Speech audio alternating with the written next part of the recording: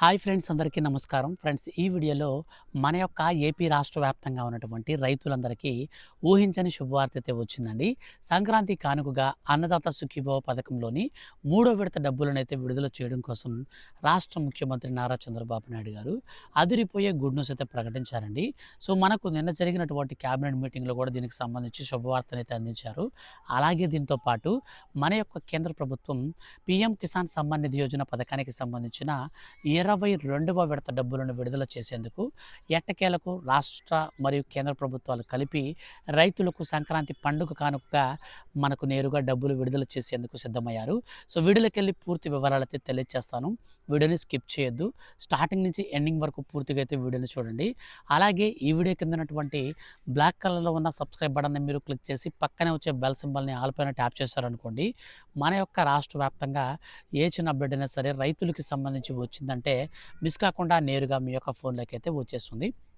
ఇక పూర్తి వివరాలు వీడియోలోకి వెళ్ళి చూసుకున్నట్లయితే ఫ్రెండ్స్, మన యొక్క ఆంధ్రప్రదేశ్ రాష్ట్ర ముఖ్యమంత్రి నారా చంద్రబాబు నాయుడు గారు ఎంతో ప్రతిష్టాత్మకంగా అమలు చేస్తున్నటువంటి పథకాలలో రైతులకి సంబంధించి అన్నదాత సుఖీభవ చాలా ప్రాముఖ్యమైన పథకం. ఈ పథకం కింద గత ప్రభుత్వం కూడా అర్హులకు 13,500 రూపాయలని రైతు భరోసా పథకంలో భాగంగా అందించేది. అయితే ఇప్పుడున్నటువంటి ఈ యొక్క కూటమి ప్రభుత్వం ఏదైతే ఉందో ఆ 13,500 రూపాయలను కాస్త నేరుగా 20,000 రూపాయలకు పెంచడం జరిగిన విషయం మనందరికీ తెలిసిందే. అందులో భాగంగానే తొలి విడత కింద మన యొక్క రాష్ట్ర ప్రభుత్వం 5,000 రూపాయలు విడుదల చేసింది. ఇక రెండో విడత కింద 5,000 రూపాయలనైతే విడుదల చేసింది. ఇక లాస్ట్ అండ్ ఫైనల్గా మూడో విడత కింద 4,000 రూపాయలైతే విడుదల చేయబోతుందండి. అయితే కేంద్ర ప్రభుత్వం దీంతో పాటుగా అంటే రాష్ట్ర ప్రభుత్వం టోటల్గా 20,000 రూపాయల్లో 14,000 రూపాయలను మాత్రమే ఇస్తుంది. ఇక మిగిలినటువంటి రిమైనింగ్ అమౌంట్ ఏదైతే మనకు అన్నదాత సుఖీభవ పథకంలో ఉందో, సో ఆ యొక్క అమౌంట్ని మన యొక్క కేంద్ర ప్రభుత్వం వచ్చేసి 6,000 రూపాయలని కాస్త 3 విడతల రూపంలో అందిస్తూ ఉంది. అంటే ఒక్కొక్క విడతలో 2,000 రూపాయల చొప్పున అర్హత కలిగినటువంటి ప్రతి ఒక్క రైతుకి నేరుగా మనకు 2,000 రూపాయల చొప్పున 3 విడతల రూపంలో ఇస్తుంది. ఇప్పటి వరకు చూసినట్లయితే కేంద్ర ప్రభుత్వం 2019 ఫిబ్రవరి తర్వాత ఎవరైతే భూములు కొనుగోలు చేశారో, సో అటువంటి రైతులను అయితే తొలగిస్తూ ఉత్తర్వులు జారీ చేయగా తాజాగా ఇచ్చినటువంటి అప్డేట్ ప్రకారం మన యొక్క రాష్ట్ర వ్యాప్తంగా ఉన్నటువంటి మరియు దేశవ్యాప్తంగా ఉన్నటువంటి 11 కోట్ల మంది రైతులకు గాను, దేశవ్యాప్తంగా ఉన్న రైతులకు గాను కేంద్ర ప్రభుత్వం 22,000 కోట్ల రూపాయలనైతే మనకు పీఎం కిసాన్ సమ్మాన్ నిధి యోజన 22వ విడత కోసం అయితే డబ్బులను సిద్ధం చేసింది. అయితే ఈ డబ్బులు వచ్చేసి చాలామందికి పడవండి. సో కొన్ని మార్పులు చేర్పులు అనేది చేశారు పథకంలో. అయితే ఎవరెవరికి పడవో తెలుసుకోబోయే ముందుగా మన యొక్క రాష్ట్ర ప్రభుత్వం ఎవరెవరికి డబ్బులు ఇస్తుందనంటే, మన రాష్ట్ర ప్రభుత్వం ఏం చేస్తుందంటే కౌలు రైతులకి ఇస్తుందండి. అలాగే సొంత భూమి కలిగిన వారికి ఇస్తుంది.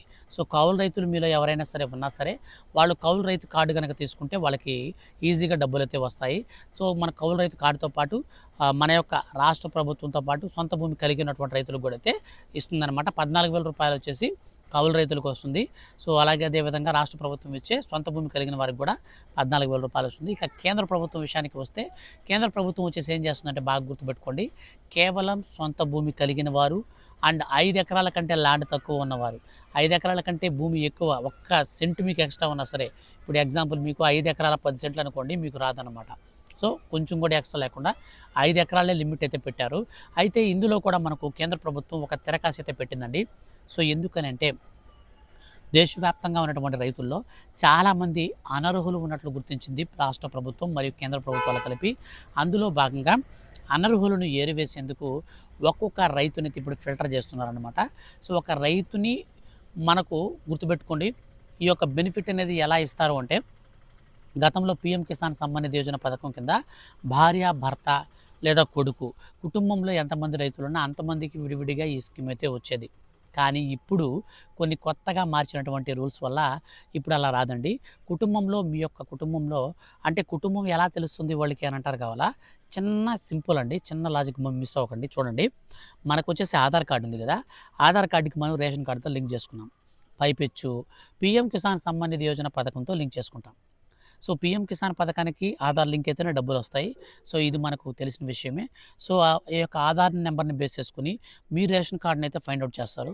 మీ రేషన్ కార్డు ప్రకారంగా ఉన్నటువంటి వారు ఎవరైనా సరే మీ కుటుంబంలో ఇద్దరు లేక ముగ్గురు రైతులుంటే వాళ్ళ కుటుంబం మొత్తాన్ని పక్కన పెడేస్తుంది కేంద్ర ప్రభుత్వం. సో రాష్ట్ర ప్రభుత్వం కూడా ఈ ఇదే మాట చెప్తుందనమాట. సో కుటుంబంలో ఒకరికంటే ఎక్కువ గనక ఉన్నట్లయితే దయచేసి మీరు ఒక్కరికే అప్లై చేసుకోండి. మీరు లేదా అన్నదమ్ములు విడిపోయి రేషన్ కార్డు ఒకటైతే ఉండకూడదు. సో మీరు ఒకే కుటుంబం అయినా సరే సో మీకు రేషన్ కార్డ్స్ అనేటివి సపరేట్‌గా ఉండాలి. అంటే ఏ రైతుకి సపరేట్‌గా రేషన్ కార్డ్ అనేది ఉండాలి. సో అలాగున్నప్పుడు మాత్రమే మీకు ఈ స్కీమ్ అనేది ఒకే కుటుంబంలో ఇద్దరు లేదా ముగ్గురు రైతులకైతే వస్తుంది.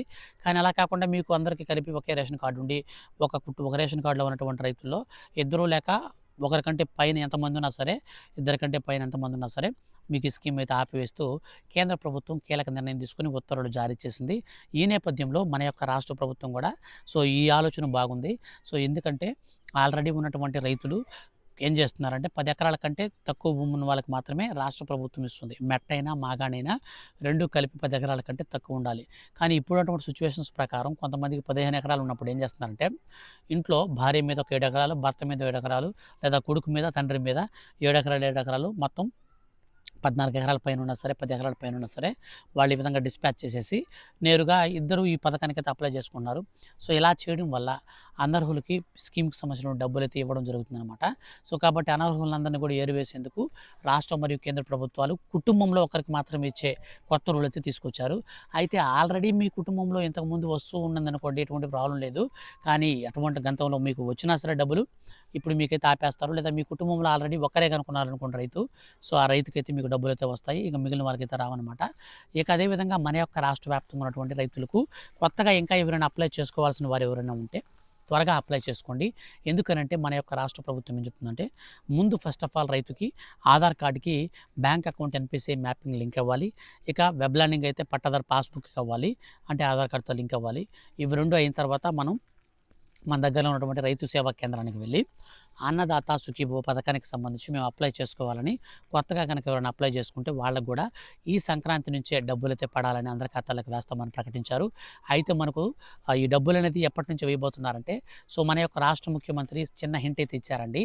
సో ఆల్రెడీ మనకు కేంద్ర ప్రభుత్వం ఏం చెప్తుందంటే సో మేము డబ్బులు ఎప్పుడైతే విడుదల చేస్తామో సో అప్పుడే రాష్ట్ర ప్రభుత్వం కూడా విడుదల చేస్తుంది. కాబట్టి మన యొక్క కేంద్ర ప్రభుత్వం వచ్చేసి సంక్రాంతి కానుకగా రేపు సాయంత్రం 5 గంటల నుంచి అందరి ఖాతాలలో కూడా డబ్బులు అయితే విడుదల చేయాలని డిసైడ్ అయితే చేశారు.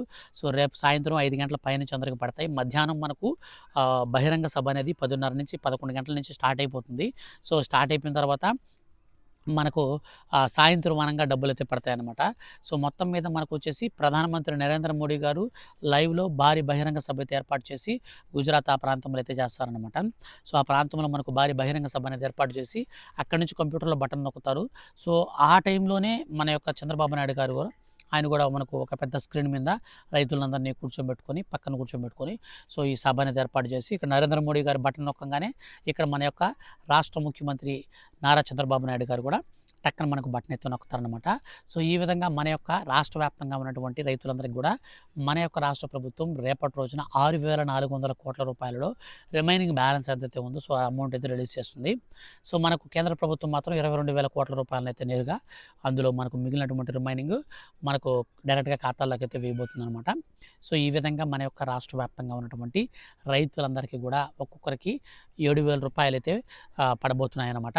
సో గతంలో ఫస్ట్ విడతలో 7,000, సెకండ్ విడతలో 7,000, ఇప్పుడు మిగిలినటువంటి 6,000 రూపాయలు. సో 7, 7, 14, ఇప్పుడు వచ్చేసి 6,000 రూపాయలు మొత్తంగా కలిపితే 20,000 రూపాయల బెనిఫిట్ అయితే మనకు రేపు సాయంత్రంతో అందబోతుంది. సో ఇది మనకు సంక్రాంతి కానుక అయితే వేయబోతున్నారండి.